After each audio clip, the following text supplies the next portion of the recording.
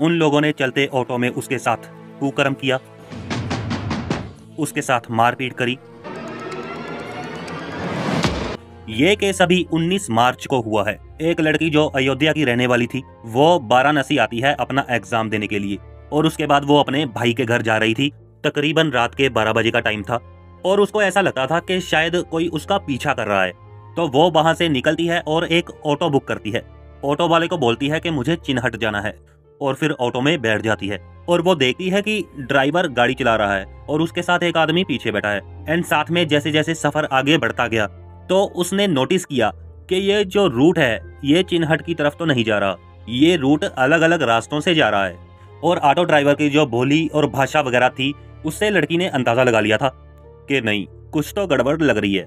तो उसने क्या किया, अपनी बुद्धि का इस्तेमाल किया एंड अपने भाई को व्हाट्सएप पे लोकेशन सेंड कर दी और साथ ही साथ सारी की सारी डिटेल्स देनी चालू कर दी कि मैं यहाँ पर हूँ, आपके घर आ रही हूँ, इतना टाइम लगेगा पहुँचने के लिए वगैरह वगैरह। और अपने भाई के साथ कॉल पर भी थी। वैसे तो बहुत अच्छी चीज है, अपना पूरा दिमाग का प्रयोग किया, बट चीजें ऐसी चलती चलती थोड़े टाइम बाद कॉन्टेक्ट छूट जाता है और उसका भाई भी देखता है कि 1 घंटे से ऊपर हो गया और रास्ता खत्म नहीं हुआ, अभी तक वो घर पे भी नहीं आई। अब वो परेशान, सब परेशान, लड़की कहाँ है। वो लोगों ने चलते ऑटो में उसके साथ कुकर्म किया, उसके साथ मारपीट भी करी थी, उसका सारा सामान वगैरह छीन लिया। स्टार्टिंग में तो वो 2 लोग थे, बट रिपोर्ट्स में आया है कि कुछ लोगों ने और ज्वाइन किया था एंड इतने में भी उनका मन नहीं भरा। फिर उन लोगों ने उसको, एक जगह है वाजिद नगर, उसके पास आम के बगीचे वगैरह हैं, वहां पर ले गए और वहां पर भी 1 बाय 1 उसके साथ गलत काम किया, उल्टे काम किए, मारपीट करी। क्योंकि उसके जो शरीर पे निशान थे ना लड़की के, उससे ये पता लग रहा था कि इसने फाइट बैक तो किया है, क्योंकि वो 32 साल की थी और उसने अच्छा खासा फाइट बैक किया था। उसके अंदर तो दिमाग भी बहुत था, जो उसने अपने भाई को छोटी छोटी इन्फॉर्मेशन दी थी। बट लोग थे ज्यादा, कैसे बेचारी फाइट बैक करेगी और कितने टाइम तक रोक लेगी। तो उन लोगों ने उस पर जरा भी तरस नहीं खाया। फिर 1 बाय 1 सब ने उसके साथ उल्टी सीधी हरकतें करी एंड उसके साथ मारपीट करी और उसके पास जो भी सामान था वो सारा के सारा छीन लिया और फिर वो वहां से चले गए। यहाँ भाई घर में परेशान है कि 1 घंटे से ज्यादा हो गया और बहन घर पर नहीं आई। बहन है तो है कहाँ। तो उसने क्या किया, सबसे पहले बिना देरी के लिखवा दी पुलिस स्टेशन में रिपोर्ट, जो कि सबसे अच्छी बात थी। टाइम था सुबह 4 बजे के आसपास। भाई ने भी अपना काम बखूबी किया एंड पुलिस इस मामले में लग गई बहुत जोरों शोरों से। एंड पुलिस ने जब जांच पड़ताल चालू करी, सीसीटीवी कैमरास फिरोले, सीसीटीवी फुटेज वगैरह निकाले बस स्टैंड के आलमबाग के, तो वहां से पता चला कि लड़की आलमबाग बस स्टॉप से तो निकली थी, ऑटो में बैठी थी और कुछ लोग पीछा कर रहे थे।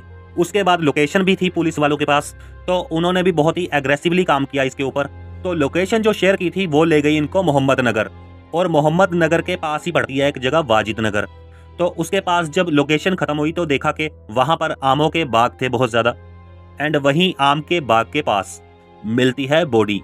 और जब बॉडी देखी तो पुलिस वाले समझ गए कि इसके साथ क्या हुआ है, बिकॉज शरीर के ऊपर कपड़े नहीं थे, मारपीट हुई थी, पूरी की पूरी बॉडी के ऊपर निशान छोड़े हुए थे, आसपास कोई सामान नहीं था, गहने फोन वगैरह सब कुछ ले जा चुके थे वो।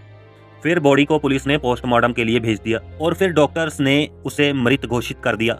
और अब तुम सोचो कि उस भाई पर, मॉम डैड पर और बाकी रिश्तेदारों पर क्या बीत रही होगी।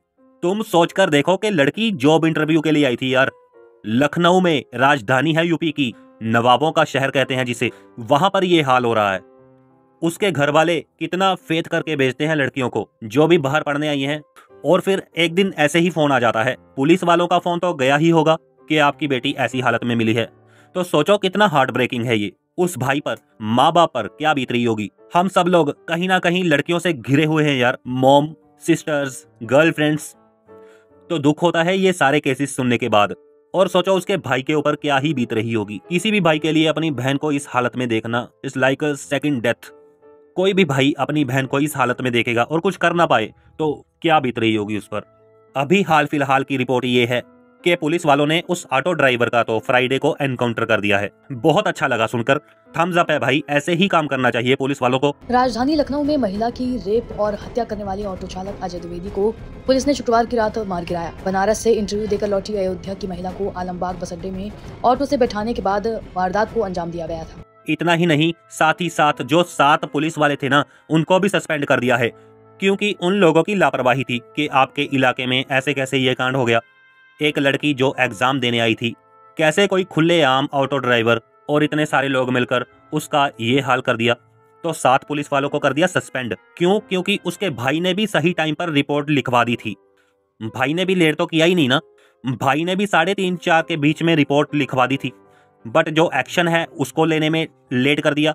उसके अलावा ये जो पुलिस वाले हैं वो पेट्रोलिंग वगैरह क्यों नहीं कर रहे थे। तो ये कुछ चीजें थी जिसको प्रशासन ने सीरियसली लिया कि नहीं भाई, तुम्हारे राज्य में अगर पुलिस वाले ऐसे करते हैं तो ये नहीं चलेगा। 7 को तो सीधा सीधा सस्पेंड कर दिया।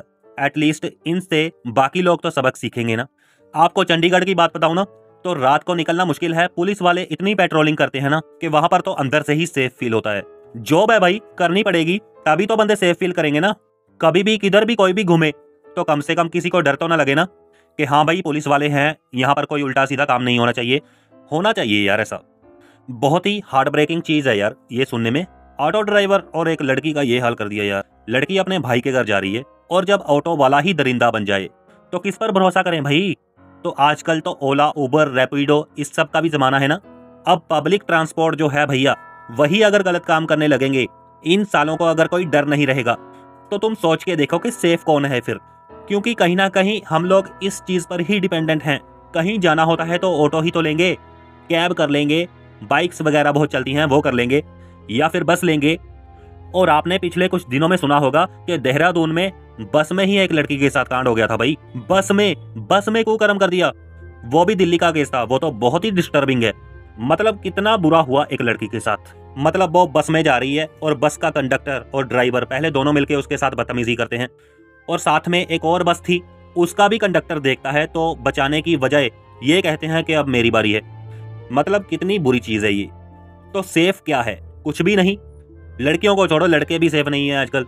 ऑटो में भी कैसे बैठें, गाड़ी में भी कैसे बैठें, कैब कैसे करें, बस के भी इतने कांड सुन लिए। तो ये सुन के बहुत ही अच्छा लगा कि एनकाउंटर कर दिया उसका। मजा आ गया भाई। लास्ट में मैं तो यही बोलूंगा कि सेफ रहो, ध्यान रखो अपना।